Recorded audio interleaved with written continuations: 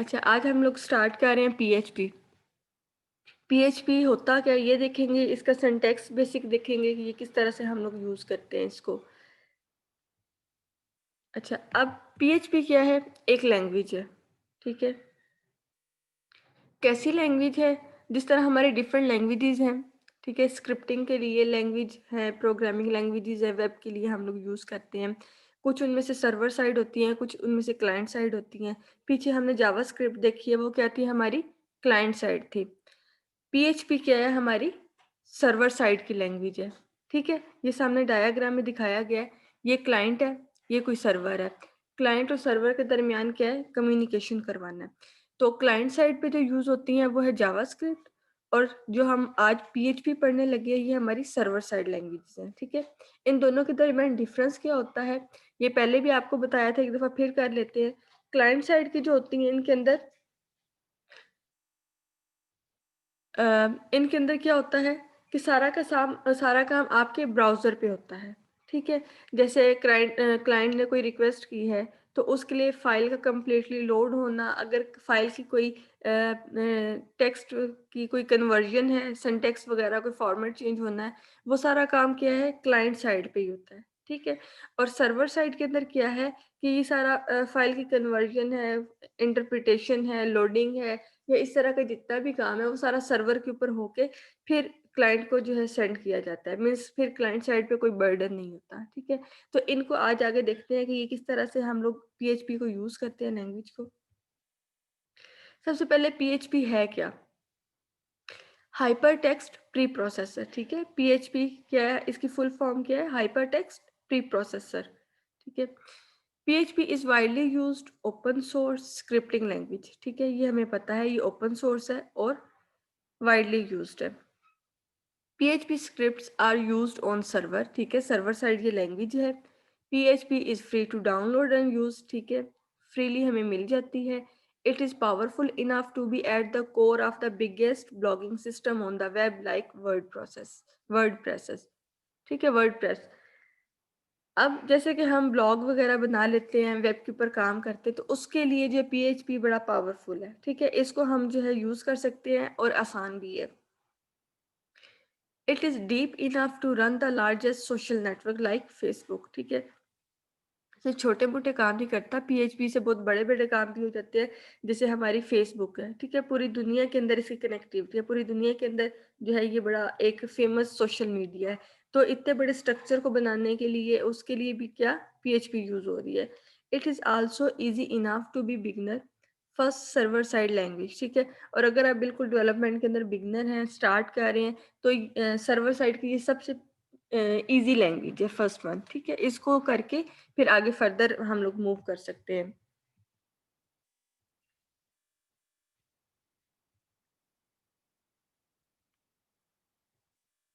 अच्छा, अब पीएचपी की फ़ाइल क्या होती है? PHP files can contain text, HTML, CSS, JavaScript and PHP code, ठीक है? पीएचपी की एक फ़ाइल के अंदर आप डिफरेंट कोड्स को जो है वो ऐड कर सकते हैं, एम्बेड कर सकते हैं। एचटीएमएल का भी कोई हो सकता है टैग, सीएसएस का भी कोई स्टाइल डाल सकते हैं, ठीक है? कुछ भी डाल सकते हैं। PHP codes are executed on server and result is return to the browser as a plain HTML, ठीक है? ये सर्वर साइड है, सर्वर साइड के ऊपर इसकी सारी एग्जीक्यूशन होगी और जैसे इसका रिजल्ट जो है आप सेंड बैक कर दिया जाएगा। पीएचपी की एक्सटेंशन क्या है? फाइल एक्सटेंशन डॉट पीएचपी, ठीक है? अब पीएचपी कर क्या कर सकती है, ठीक है? मतलब इसकी पावर के बारे में बताया हुआ है, क्या क्या फंक्शन ये परफॉर्म कर सकती है। First one is PHP can create dynamic web content. Dynamic web content कौन से होते हैं, ठीक है? जो फिक्स नहीं कर दिए जाते, जो कि रन टाइम के ऊपर जिनको हम चेंज कर सकते हैं साथ साथ। PHP can create, open, read, write, delete and close file on the server, ठीक है? हम सर्वर के ऊपर डेटाबेसेस के साथ अपनी कनेक्टिविटी कर लेते हैं, सेशन क्रिएट कर लेते हैं, उनको बनाना, क्लोज करना, उनको जो है ओपन फाइल को करना, रीड करना, राइट करना, सारे काम।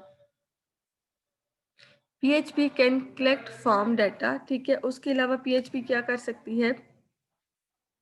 डिफरेंट हम लोगों ने फॉर्म बनाए होते हैं, ठीक है? Email address, password, first name, last name, वो सारी चीज़ें उस फॉर्म के डाटा को भी क्या है कलेक्ट कर सकती है। PHP can send and receive cookies, ठीक है। हमारे ब्राउज़र के अंदर कुकीज़ होती हैं जो कि क्या करती हैं, वेबसाइट हम जो जो बार बार विजिट कर रहे होते हैं या जो सी हमारी एक्टिविटीज़ होती हैं जो कि रिपीटेडली हो रही होती हैं उनको स्टोर कर लेता है ताकि नेक्स्ट टाइम अगर हम रिक्वेस्ट करें तो वहीं से रिट्रीव कर ली जाए, ठीक है। तो पीएचपी जो है हमारी कुकीज़ की इंफॉर्मेशन को भी मेंटेन करता है। PHP can add, delete, modify data in a databases, ठीक है। डेटाबेसिस के ऊपर भी हम काम कर सकते हैं। PHP can run PHP can be used to control user access, ठीक है। यूज़र की एक्सेस को कंट्रोल कर सकते हैं, ठीक है। कनेक्टिविटी लिए सेशन बना लेते हैं या फिर रिस्ट्रिक्शंस वगैरह ऐड कर लेते हैं, ऑथोराइज करके यूज़र को एक्सेस दी जाती है। पीएचपी जो है डाटा को इनक्रिप्ट कर सकती है सिक्योरिटी पर्पसेस के लिए, ठीक है। और उसके अलावा जो है पीएचपी के अंदर सिर्फ यही नहीं है कि आपने पीएचपी का ही कोड लिखना है, इसके अंदर डिफरेंट लैंग्वेजेस का कोड आप ऐड कर सकते हैं, ठीक है। वाई पीएचपी, अब पीएचपी हम यूज़ क्यों करेंगे? PHP runs on various platform, Windows, Linux, Unix, Mac, OS X वगैरह। पीएचपी सिर्फ ऐसा नहीं है कि ये विंडोज़ के ऊपर काम कर रही है या फिर लाइनक्स के ऊपर, क्रॉस प्लेटफॉर्म है, ठीक है। डिफरेंट प्लेटफॉर्म के ऊपर जो है ये रन हो सकती है। PHP is compatible with almost all servers use today, ठीक है। उसके अलावा पीएचपी जितने भी सर्वर्स हैं ऑलमोस्ट उन सब के साथ काम करती है, ठीक है। जैसे अपाची हम मोस्टली यूज़ कर लेते हैं तो सर्वर ये जो कंपैटिबिलिटी है इसकी पीएचपी की, ठीक है। PHP supports a wide range of databases, ठीक है। अब हम जो भी काम कर रहे हैं लाजमी उसके साथ डेटाबेस की कनेक्टिविटी हमें चाहिए होती है डाटा स्टोर करने के लिए, तो वहाँ पे पीएचपी जो है सपोर्ट करती है, ठीक है। डेटाबेसेस के साथ कंपेटिबल है, काम करती है। पीएचपी इज़ फ्री, अगर इसको डाउनलोड करना है तो ये इसकी साइट है, यहाँ से हम लोग इसको कर सकते हैं, ठीक है। Is easy to learn and run efficiently on the server side language. अच्छा, व्हाट डू आई नीड, अब हमने स्टार्ट करना है पीएचपी तो उसके लिए हमें किस किस चीज़ की ज़रूरत होगी वो देखते हैं। To start using PHP, you can find a web host with PHP and MySQL support, ठीक है। अब PHP को स्टार्ट करने के लिए आपने क्या है जो सी मर्जी आप लोग डेटाबेसेस जिसको आप यूज़ करना चाहते हैं वो ले सकते हैं, ठीक है। SQL, MySQL जो भी आप यूज़ करना चाहते हैं। Install a web server on your PC and then install PHP and MySQL, ठीक है। यहाँ पे भी आप लोग की अपनी मर्जी है कि आप सर्वर कौन सा यूज़ कर रहे हैं, वो वाला आप लोग यूज़ कर लेंगे और फिर उसके थ्रू हम लोग पीएचपी के पेज के थ्रू जो है कनेक्टिविटी डेटाबेसेस के दरमियान करके और फिर वहाँ पे कोड जो है वो स्टार्ट कर लेंगे।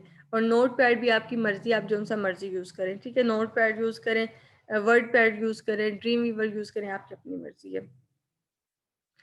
यहाँ पे बताया हुआ use a web host with PHP support. अगर जो है अब दो सिचुएशन है, एक तो ये है कि या तो आपके पास अच्छा, अब हमारे पास यहाँ पे आ रही है पीएचपी स्टार्ट हो गई है, इसका सिंटैक्स देख लेते हैं बेसिक कि पीएचपी को हम लिखते हैं किस तरह।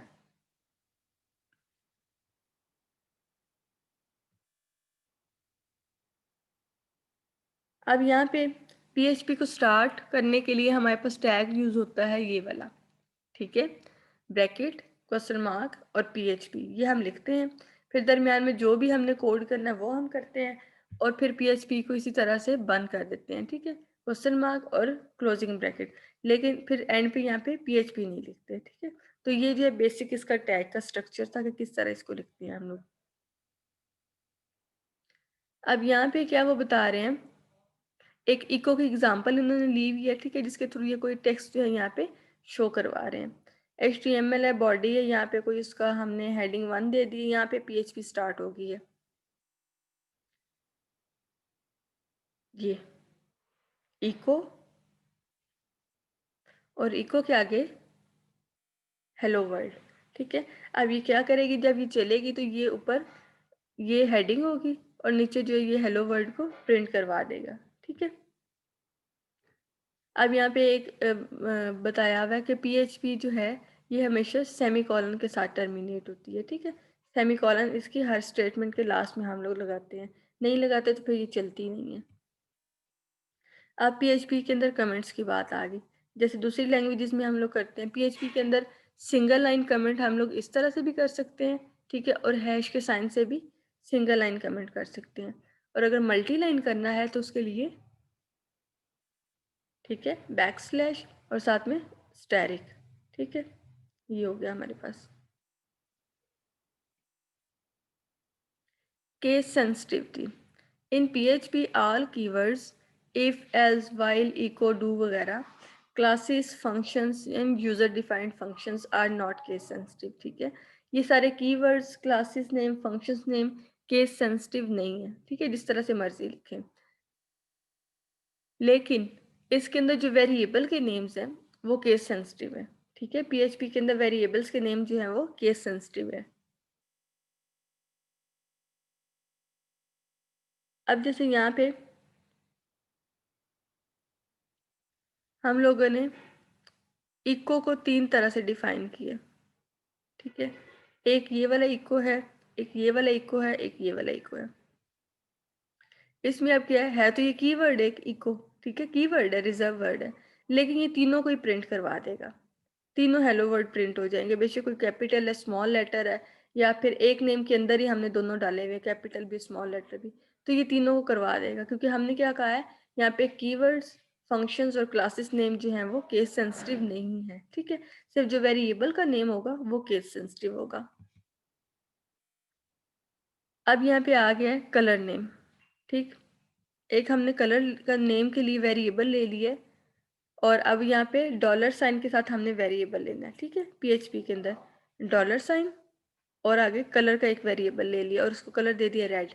अब यहाँ पे जब हम यहाँ पे शो करवाएंगे तो एक देखें ये कलर का नेम, ठीक है, इको माई कार इज, और यहाँ पे क्या है कलर का नेम जो सा हमने लेना है, ठीक है, डॉट कलर के नेम को एक्सेस करना है, फिर ये एंड पे डॉट देना दें आपकी मर्जी है, ठीक है।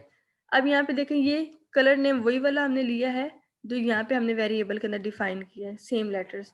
यहाँ पे क्या है कैपिटल हो गया और यहाँ पे क्या है मिक्स हो गया, ठीक है। अब ये कौन सा प्रिंट करवाएगा, सिर्फ ये वाला प्रिंट करवाएगा, ठीक है। माई कलर नेम इज रेड, ठीक है, यहाँ पे रेड कलर आ जाएगा। बाकी ये इन दोनों को दोबारा दोबारा जो है वो शो नहीं करवाएगा, क्योंकि ये वेरिएबल जो है हमारे केस सेंसिटिव है इसके अंदर, ठीक है। यहाँ पे वेरिएबल की डिक्लेरेशन बताई हुई है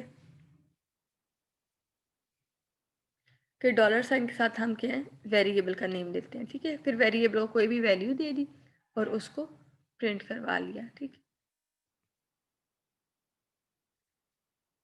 अच्छा, पीएचपी वेरिएबल्स। अब वेरिएबल्स को डिफाइन करने के लिए कुछ रूल्स हैं, उनको हम देख लेते हैं। A variable can have a short name like X and Y or more descriptive name like age, car name, total volume वगैरह, ठीक है। वेरिएबल का नेम हम कोई भी रख सकते हैं, X Y G A B C, ठीक है, स्मॉल बिल्कुल, या फिर एक फुल डिस्क्रिप्टिव नेम रख सकते हैं, जैसे car name, first name, last name, age, ठीक है, इस तरह से। अब इसके लिए रूल्स क्या हैं। Variable start at the dollar sign से स्टार्ट होगा, followed by the name of the variable, ठीक है। पहले हम क्या है डॉलर साइन लगाएंगे, आगे वेरिएबल का नेम लिखेंगे।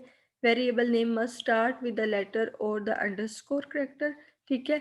आप इसको करेक्टर अंडरस्कोर के साथ कर सकते हैं स्टार्ट, या फिर लेटर के साथ स्टार्ट कर सकते हैं, न्यूमेरिक्स के साथ स्टार्ट नहीं कर सकते, ठीक है। नंबर्स के साथ स्टार्ट नहीं कर सकते, नंबर दरमियान में सेंटर में दे सकते हैं। A variable name can only contain alphanumeric character and underscore, ठीक है। अल्फान्यूमेरिक मीन्स कि इसके अंदर कैपिटल और न्यूमेरिक दोनों यूज हो जाएंगे, लेकिन स्टार्ट किससे लेटर से करना है या फिर अंडरस्कोर से करना है, ठीक है।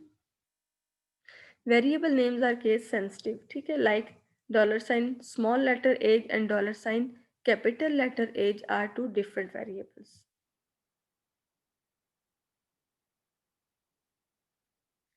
The PHP echo statement is used to output data to screen. अच्छा, अब पीएचपी की आउटपुट किस तरह शो हमने करनी है, तो इको के थ्रू हम लोग इसकी आउटपुट शो कर सकते हैं, ठीक है। एक वेरिएबल लिया,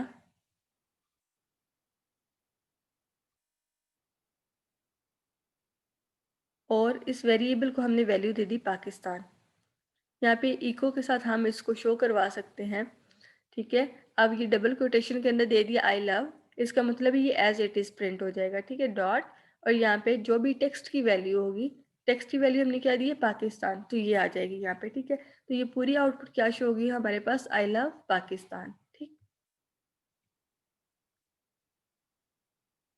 अच्छा, अब पीएचपी के वेरिएबल्स जो हम लोग डिक्लेयर करते हैं उनके स्कोप की बात यहाँ पे कर रहे हैं कि वेरिएबल को हम कहाँ कहाँ पे यूज़ कर सकते हैं, ठीक है। वेरिएबल का स्कोप कैसा है, जैसे बाकी लैंग्वेजेस के हम कहते हैं कि ये ग्लोबल वेरिएबल है, ये लोकल वेरिएबल है, इसी तरह से यहाँ पे भी क्या है, स्कोप है वेरिएबल्स का, ठीक है। 3 तरह के स्कोप हैं पीएचपी के अंदर वेरिएबल का, एक है लोकल, ग्लोबल एंड स्टैटिक, ठीक है। इन तीनों को देख लेते हैं। सबसे पहले है global scope. A variable declared outside of the function has a global scope and can only be accessed outside of the function, ठीक है। अब जब हम फंक्शन के आउटसाइड पे वेरिएबल डिक्लेयर करेंगे उसका स्कोप क्या होगा, ग्लोबल होगा, ठीक है। और वो कहाँ पे एक्सेस किया जाएगा, वो फंक्शन के आउटसाइड एक्सेस किया जाएगा, फंक्शन के अंदर एक्सेस हम उसको नहीं कर सकते, ठीक। फंक्शन के बाहर जो होगा वो ग्लोबल होगा और वो फंक्शन के बाहर ही एक्सेस होगा। यहाँ पे एग्जांपल है हमारे पास, एक हमने वेरिएबल यहाँ पे ग्लोबल वेरिएबल हमने डिक्लेयर किया x और उसको वैल्यू दे दी 5। एक फंक्शन हमने यहाँ पे बनाया फंक्शन माई टेस्ट और इसके अंदर फंक्शन के अंदर इको करवा दी कोई वैल्यू, ठीक है, p टैग HTML का यूज़ करते हुए। अब देखिए यहाँ पे इकट्ठा यूज़ हुआ है, इको PHP भी है और साथ में HTML भी है, ठीक है। Variable x inside a function is, ये स्टेटमेंट एज इट इज़ यहाँ पे प्रिंट होगी और यहाँ पे क्या x की वैल्यू को हमने एक्सेस करने की कोशिश की है। हमने यहाँ पे क्या कहा है कि वेरिएबल जो ग्लोबल होंगे वो ग्लोबली एक्सेस किए जाएंगे, वो विद इन अ फंक्शन हम उनको एक्सेस नहीं कर सकते, ठीक है। और हमने यहाँ पे क्या किया, ग्लोबल वेरिएबल है और उसको फंक्शन एक डिफाइन करके उसके अंदर एक्सेस कर रहे हैं चेक करने के लिए कि वैल्यू इन साइड एक्सेस होती है या नहीं होती, ठीक है। यहाँ पे फंक्शन बंद कर दिया, फंक्शन को कॉल कर दिया, ठीक है। और एक यही वाली वैल्यू को हमने फंक्शन के बाहर यहाँ पे एक्सेस किया कि variable x outside function is, यहाँ पे क्या इन साइड से, ताकि पता चल जाए ये अंदर वाली कॉल का आंसर है या बाहर वाली का, ठीक है। और यहाँ पे इसको एक्सेस किया, बंद कर दी, ठीक है, PHP बॉडी HTML। तो यहाँ पे क्या, अब variable x inside a function is, ये वाली स्टेटमेंट तो एज इट इज प्रिंट होनी थी, लेकिन x की वैल्यू आगे कोई नहीं आई क्योंकि ये क्या था, x हमने ग्लोबली डिफाइन किया था, उसकी वैल्यू से फंक्शन के आउटसाइड एक्सेसिबल है, ठीक है, इनसाइड पे एक्सेस वो नहीं होगी। और यहाँ पे देखिए दूसरे पे variable x outside function is 5, तो यहाँ पे जो बाहर आउटपुट थी, यहाँ पे जो हमने शो करवाई थी, यहाँ पे इसने एक्सेस किया x की वैल्यू को, ठीक है, ग्लोबली, और फिर यहाँ पे इसको प्रिंट करवा दिया, ठीक है। तो ये इसका स्कोप था ग्लोबल। अब है लोकल स्कोप। लोकल स्कोप क्या कहता है, variable declared with in a function has a local scope and can only B assessed with in the function. अब जो फंक्शन के अंदर डिफाइन किए जाएंगे वेरिएबल, उनका लोकल स्कोप होगा और वो फंक्शन के अंदर ही सिर्फ एक्सेसिबल होंगे, आउटसाइड नहीं होंगे, ठीक है। PHP फंक्शन हमने बनाया, फंक्शन के अंदर हमने एक वेरिएबल डिक्लेयर किया x 5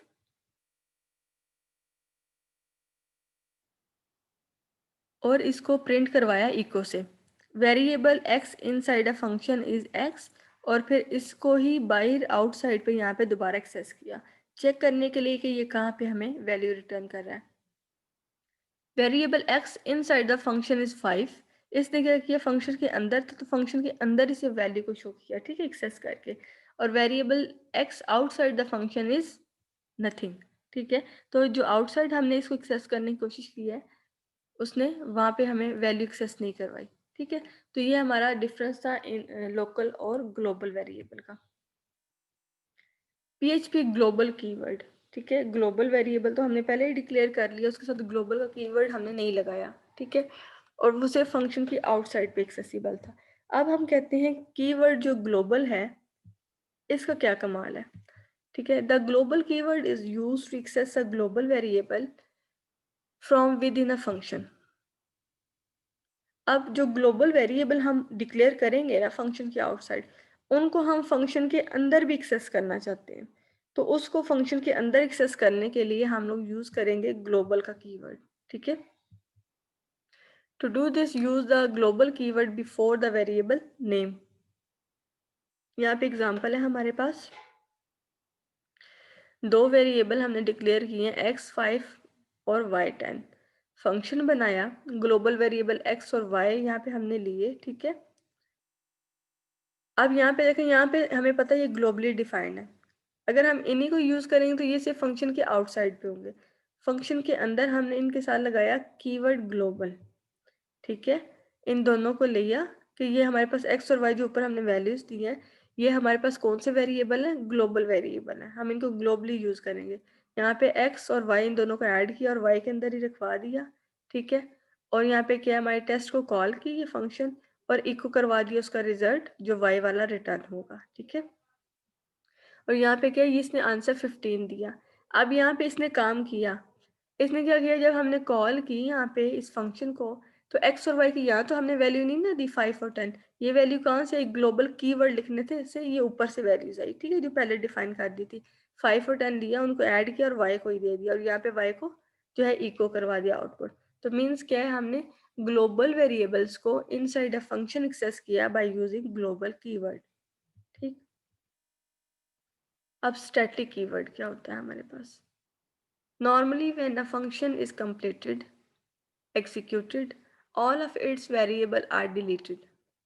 However, sometime we want a local variable not to be deleted. क्या मतलब है इसका, कि हम लोग जब काम करते हैं, ठीक है, वो हमारा कंप्लीट हो जाए फंक्शन वगैरह, तो लोकल वेरिएबल ख़त्म हो जाता है। ठीक है, उसकी वैल्यूज़ ख़त्म हो जाती हैं, डिलीट हो जाती हैं, लेकिन हम चाहते हैं कि हमारे लोकल वेरिएबल्स की वैल्यूज़ कुछ टाइम के लिए रिटेन रहे वहाँ पे, वो डिलीट ना हो, ताकि अगर हमें चाहिए तो हम उन्हीं वैल्यूज़ को दोबारा यूज़ कर लें। ठीक है, तो उसके लिए हम क्या है, स्टैटिक का कीवर्ड लगाएंगे कि हमारे लोकल वेरिएबल्स जो हैं ये ख़त्म ना हों। उसके लिए देखते हैं, फंक्शन एक बनाया PHP के अंदर माई टेस्ट, स्टैटिक का कीवर्ड दिया। ठीक है, और साथ में एक वेरिएबल डिक्लेयर कर दिया, 0 से इनिशियलाइज कर दिया। ठीक है, अब यहाँ पे क्या है, एक्स हमारे पास स्टैटिक है, स्टैटिक को फंक्शन ख़त्म होने के बाद भी डिलीट नहीं करना। ठीक है, उसकी वैल्यू रहेगी। ठीक है, इको करवा दिया एक्स और एक्स को प्लस प्लस करवा दिया। अब ये क्या है, फर्स्ट टाइम 0 प्रिंट करवाएगा, फिर इसी तरह से जैसे जैसे इंक्रीमेंट होता रहेगा इंक्रीमेंट करवाता रहेगा। ठीक है, लेकिन क्या है, ये फंक्शन जब ख़त्म हो गया तो इसका मतलब है ये ख़त्म हो गया, इसके बाद ये एक्सेसिबल नहीं होना चाहिए। ठीक है, ऐसे ही है, लेकिन हम कहते हैं कि ये फंक्शन के आउटसाइड भी एक्स जो है एक्सेसिबल हो, उसके लिए क्या है कि ये ख़त्म ना हो। ठीक है, फंक्शन एक दफ़ा रन होके एक्स की वैल्यू ख़त्म ना हो, वो रिटेन रहे, ताकि हम उसको बार बार यूज़ कर लें। उसके लिए हमने क्या, स्टैटिक का कीवर्ड लगा दिया। ठीक है, अब माई टेस्ट को हमने एक दफ़ा कॉल की और उसके रिजल्ट को इको करवा दिया। वो क्या थी, एक्स को किया, एक्स की वैल्यू क्या थी, 0, तो 0 प्रिंट हो गया। ठीक है, और ये इंक्रीमेंट करके इस फंक्शन को ख़त्म कर देगा। अब स्टैटिक लगा हुआ है, इसने एक्स की 0 वाली वैल्यू को ख़त्म नहीं करना, रिटेन रखना है। हमने दोबारा टेस्ट को कॉल की और दोबारा इको करवाया, वो 0 वाली जो वैल्यू थी वो उसी के अंदर रही, और उसी 0 के अंदर इसने क्या है, इंक्रीमेंट करके 1 करके हमें दिखाया। ठीक है, और नेक्स्ट टाइम इसी तरह से 2 3 जितनी दफ़ा कॉल करेंगे वो उसी वैल्यू के अंदर इंक्रीमेंट करके दिखाएगा। अगर ये उस वैल्यू को रिटेन ना करे स्टैटिक कीवर्ड के थ्रू, और वो क्या है, हर दफ़ा वैल्यू ख़त्म हो जाए और दोबारा न्यू वैल्यू 0 से स्टार्ट हो। ठीक है, लेकिन ये क्या कर रहा है, उस वैल्यू को रिटेन कर रहा है और इसी पुरानी वैल्यू के अंदर ही इंक्रीमेंट करके दे रहा है, क्योंकि हम क्या कर रहे हैं, लोकल वेरिएबल के साथ स्टैटिक लगा रहे हैं और उसको आउटसाइड एक्सेस कर रहे हैं। ठीक है, तो ये हमारे पास कुछ स्कोप थे वेरिएबल के, local scope, global scope. Global को हमने एक्सेस किया with in the function global keyword के थ्रू, और यहाँ पे स्टैटिक के थ्रू हम लोकल वेरिएबल का स्कोप जो है रिटेन कर रहे हैं। ठीक है, उसको ख़त्म नहीं होने दे रहे। आगे है इको और प्रिंट स्टेटमेंट। ठीक है, ये दोनों स्टेटमेंट क्या काम करती हैं, दोनों का क्या काम है, स्क्रीन के ऊपर आउटपुट को शो करवाना। The difference are small, echo has no return value while print has return value of 1। ठीक है, अब क्या, echo कोई वैल्यू रिटर्न नहीं करती, लेकिन print क्या है, ये वैल्यू रिटर्न करती है।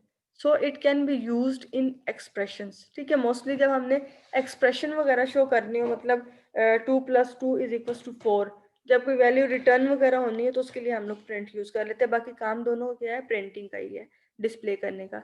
Eco can take multiple parameters although such usage is rare, ठीक है। इको जो है इसके अंदर हम पैरामीटर भी पास कर सकते हैं, लेकिन बहुत कम ऐसा यूज होता है, हम लोग सिंपली इको यूज कर लेते हैं। While print can take 1 argument, print जो है इसका एक ही आर्गुमेंट होता है, ठीक है। उसके अलावा इको जो है ये हमारी फास्टर है, ठीक है, प्रिंट की निस्बत। अब यहाँ पे क्या है, सिंपल इको के थ्रू हमने डिफरेंट किया स्टेटमेंट को प्रिंट करवाया हुआ है, ठीक है। ये हम लोग पीछे भी करते आए हैं इसको। दोनों के दरमियान क्या बिल्कुल हल्का सा डिफरेंस है, पैरामीटर्स का, स्पीड का, ठीक है, और वैल्यू रिटर्न करने का। अब यहाँ पे वेरिएबल का डिस्प्ले है। वेरिएबल ये text1, वेरिएबल ये text2, ठीक है। अब यहाँ पे क्या है, साथ में हमने एक x ले लिया और एक y ले लिया, ठीक है। इसके अंदर क्या है, हमने वेरिएबल ले लिया एक text1 learn PHP, और एक हमने ले लिया text2 w3schools.com, ठीक है। दो वेरिएबल ले लिए, एक और साथ में वेरिएबल ले लिए जिसको हमने वैल्यू दे दी 5, एक और वेरिएबल लिया जिसको वैल्यू दे दी 4, ठीक है। 4 वेरिएबल्स ले लिए, उनको वैल्यूज दे दिए। अब यहाँ पे हम इको करवा रहे हैं h2 के अंदर, ठीक है। h2 क्या है, हमारी HTML की हेडिंग है, ठीक है, जो कि साइज इंक्रीज करने के लिए यूज होती है। डॉट, हमने text1 को यहाँ पे क्या एक्सेस कर लिया। अब text1 के अंदर जो कुछ भी हमारे पास लिखा हुआ है लर्न PHP, ये क्या हमारे पास थोड़ा सा बिग लेटर्स के अंदर लिखा हुआ आएगा, ठीक है, जिसका साइज थोड़ा बड़ा होगा क्योंकि हमने h2 हेडिंग यूज कर दी है। उसके बाद echo study PHP at this, ठीक है। अब इस वेरिएबल की क्या वैल्यू है, text2 की, यहाँ पे साइट का नेम बताया हुआ है, ठीक है, W3 schools का। तो यहाँ पे इसको शो करवा देगा, इसका आंसर जो होगा, ठीक है, ये आएगा हमारे पास स्टडी PHP एट w3schools.com, ठीक है, इस तरह से ये लर्न PHP, यहाँ पे स्टडी PHP एट दिस, ठीक है, ये इसकी आउटपुट आ गई। और इसी तरह से दो वेरिएबल्स हमने लिए थे x और y, 5 और 4, इनको ऐड करके इनको इको करवा दिए, ठीक है। डायरेक्ट ही करवा दिए, किसी एक नए वेरिएबल के अंदर स्टोर करके इसको डिस्प्ले नहीं करवाया हमने, ठीक है। इको के थ्रू क्या डायरेक्ट ही दोनों को ऐड कर दिया और डिस्प्ले करवा दिया, इनका आंसर क्या होगा 9, ठीक है। तो ये हमने क्या वेरिएबल देख लिए कि किस तरह से इको इनको प्रिंट करवाता है। इसी तरह से प्रिंट की स्टेटमेंट है वो भी प्रिंटिंग के लिए यूज होती है, आंसर को डिस्प्ले करने के लिए, लेकिन जो इन दोनों के दरमियान डिफरेंस था वो मैंने आपको बता दिया, ठीक है। एक तो इको जो है फास्ट भी होता है, उसके अलावा प्रिंट जो है जहाँ पे हमने एक पैरामीटर रिटर्न करना हो वहाँ पे यूज करते हैं। इको जो है विदाउट पैरामीटर भी यूज हो जाती है या फिर मल्टीपल पैरामीटर भी ले सकती है। इसी तरह से हमारे पास प्रिंट की स्टेटमेंट, इसको भी देख लेते हैं। अब यहाँ पे प्रिंट स्टेटमेंट क्या काम कर रही है, HTML हमने स्टार्ट की, बॉडी PHP हमने स्टार्ट कर दी और प्रिंट की 3 स्टेटमेंट लगा दी, ठीक है। H2 PHP इज फन, ठीक है। तो यहाँ पे क्या है, H2 के अंदर ये भी उसी तरह से शो करवा देगी कि PHP क्या है, एक फन है, ठीक है। सिर्फ साइज इंक्रीज हुआ H2 हेडिंग की वजह से। दूसरी प्रिंट की स्टेटमेंट क्या है, हेलो वर्ल्ड, ठीक है, हेलो वर्ल्ड, और फिर साथ में ब्रेक का टैग दे दिए, ये ब्रेक करके नेक्स्ट लाइन पे आ जाएगा। फिर यहाँ पे क्या ये प्रिंट करवाएगा I am about to learn PHP, ठीक है। तो सेम सिंपल स्टेटमेंट यहाँ पे दिखाई हुई है, कोई पैरामीटर नहीं लिया हुआ ना इको के अंदर ना ही प्रिंट के अंदर, ठीक है।